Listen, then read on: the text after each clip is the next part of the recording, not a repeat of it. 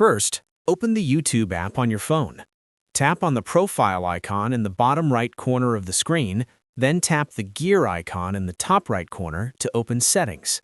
Now tap on General, which is the first option.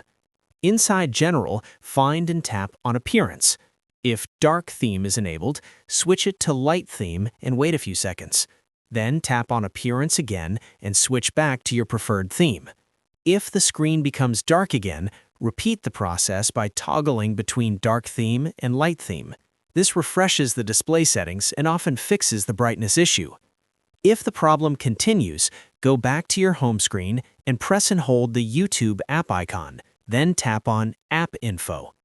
Next, tap on Storage and Cache, then select Clear Cache. This will remove temporary files without deleting your data. After clearing the cache, open YouTube again and check if the issue is fixed. That's it. This is how you can fix YouTube videos suddenly getting dark on Android. If you found this video helpful, don't forget to like the video, subscribe to our channel, and press the bell icon for more tutorials. Thanks for watching.